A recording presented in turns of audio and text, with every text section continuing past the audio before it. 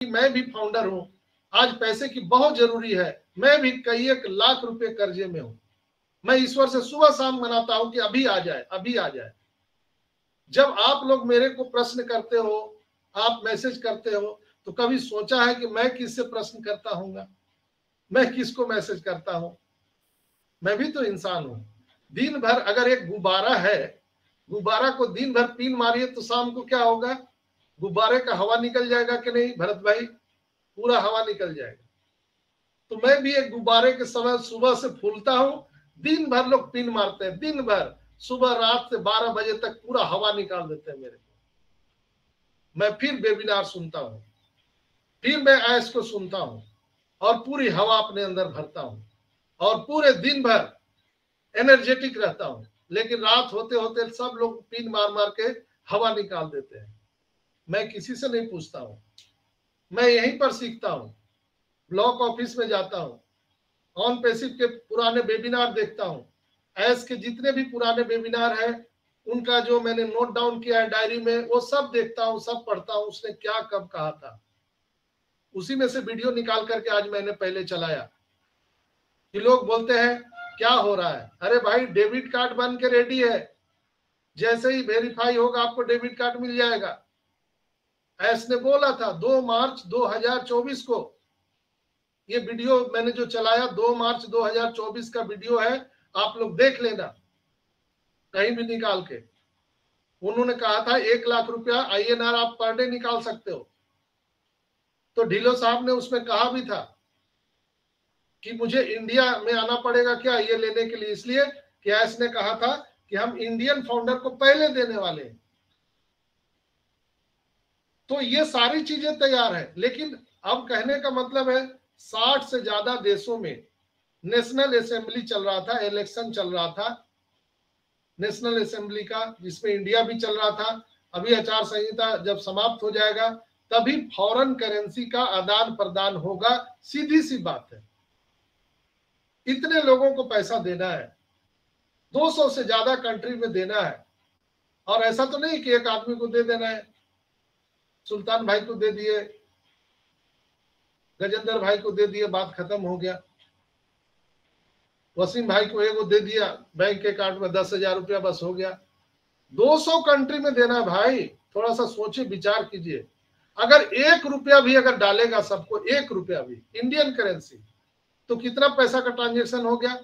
14,27,000 इतना ट्रांजेक्शन हो गया। 14,27,000। अगर $1 हुआ तो सोच लीजिए 14,27,000 डॉलर का ट्रांजेक्शन हो गया। कल्पना कीजिए। तो कहीं भी अगर आपका अपना खाता है बैंक में, अगर बैंक में 1 लाख से ज्यादा ट्रांजेक्शन होता है तो वहां पर ईडी और आपका RBI का रडार वहां पर आ जाता है। तो जब एक कंपनी 14,27,000 ट्रांजेक्शन एक साथ एक मुश्त करेगा तो क्या रडार में नहीं आएगा? वो आचार संहिता का उल्लंघन नहीं होगा? तो कमोबेश ऐसी स्थिति है, सारी चीजें रेडी है, इंतजार है सही टाइम का। अब वो सही टाइम 2 दिन में आएगा, ये पूरा महीना लग जाएगा, मुझे नहीं मालूम है। लेकिन जो मैं महसूस कर रहा हूं और जो मार्टी क्रिस जो बराबर लाइव में आके बात कर रहे हैं, मैं उस पर बोल रहा हूं। आप लोगों ने देखा होगा माइक एलिस का एक वीडियो आया है, वो बहुत सारे व्हाट्सएप ग्रुप में चल रहा है, माइक एलिस का। उसमें आप लोग देखे होंगे कि बहुत सारी चीजें दी गई है कि आप लोग रेडी हो जाइए, तैयार हो जाइए पैसे लेने के लिए। ऐसे बहुत सारे मैसेज आ रहे हैं। दोस्तों,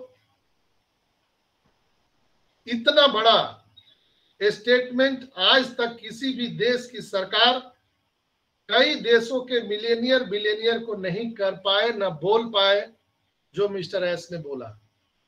दुनिया को हिला देंगे। क्या बात है, क्या स्टेटमेंट है, पागल तो नहीं है वो? आपकी जिंदगी बदल देंगे। जो कह रहे हैं जरूर वो कोई दिव्य पुरुष है। धैर्य और धीरज की आवश्यकता। अभी हमसे कुछ भी नहीं लिया जा रहा है, कुछ भी नहीं। हम लोग बस धीरज और धैर्य और समय दे रहे हैं। पर्दे के पीछे सब कुछ हमारे लिए, आपके लिए हो रहा है। जब पर्दा हटेगा तो आपको विश्वास करना मुश्किल हो जाएगा।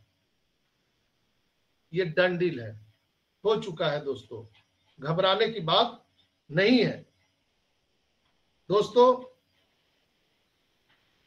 यहां पर बताने के लिए बहुत चीज होता है, तो आज मैं एक चीज मैं आपको बता दूं कि 7 जून को, कल ही 7 जून था, हमारे ब्लॉक ऑफिस में, ब्लॉक सेक्शन में आया है understanding the mechanism behind URL shortener.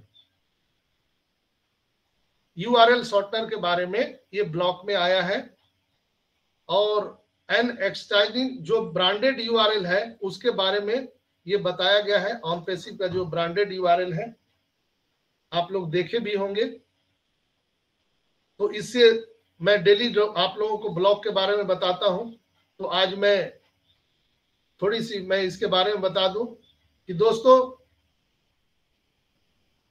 सुविधा, इंटरनेट में सुविधा और दक्षता के लिए यूआरएल को सरल बनाना और यूआरएल को समझना बहुत जरूरी है। यूआरएल क्या है?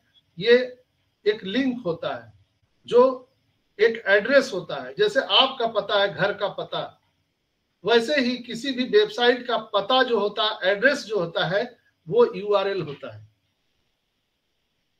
इंटरनेट की दुनिया में यूआरएल ने इंटरनेट पर विभिन्न संसाधनों जैसे वेब पेज, दस्तावेज, छवियों और बहुत कुछ तब तक पहुंचने के लिए एक नेविगेशनल मार्ग के रूप में लंबे समय से सेवा दी है, जिसे यूआरएल यूनिफॉर्म रिसोर्स लोकेटर्स कहा जाता है।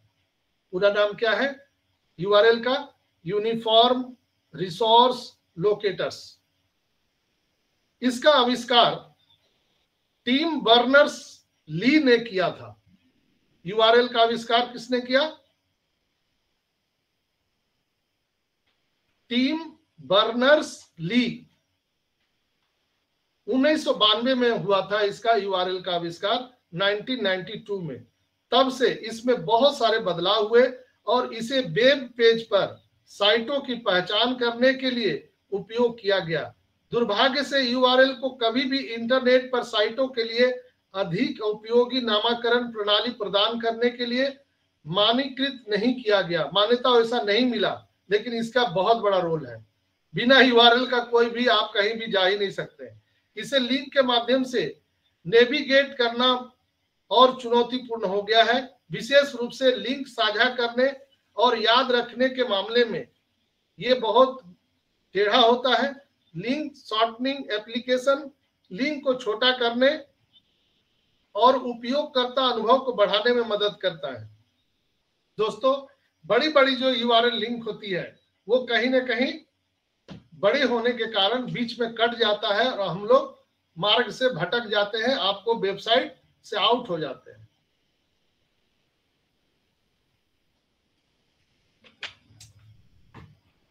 दोस्तों मैं आपको और इसे आसान शब्दों में बता सकता हूं कि हम समझे कि लिंक शॉर्टनर कैसे काम करता है। इसको हम लिंक शॉर्टनर कैसे, जैसे हमारा ओ ट्रिम है, तो ये क्या है? ओ ट्रिम एक लिंक शॉर्टनर के रूप में काम करता है।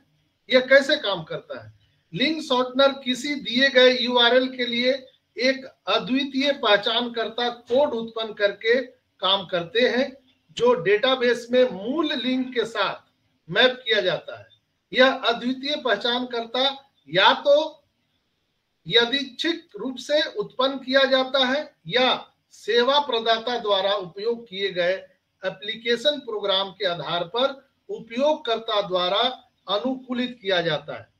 जब कोई उपयोगकर्ता शॉर्टनर किए गए लिंक पर क्लिक करता है तो एप्लीकेशन स्वचालित रूप से डेटाबेस में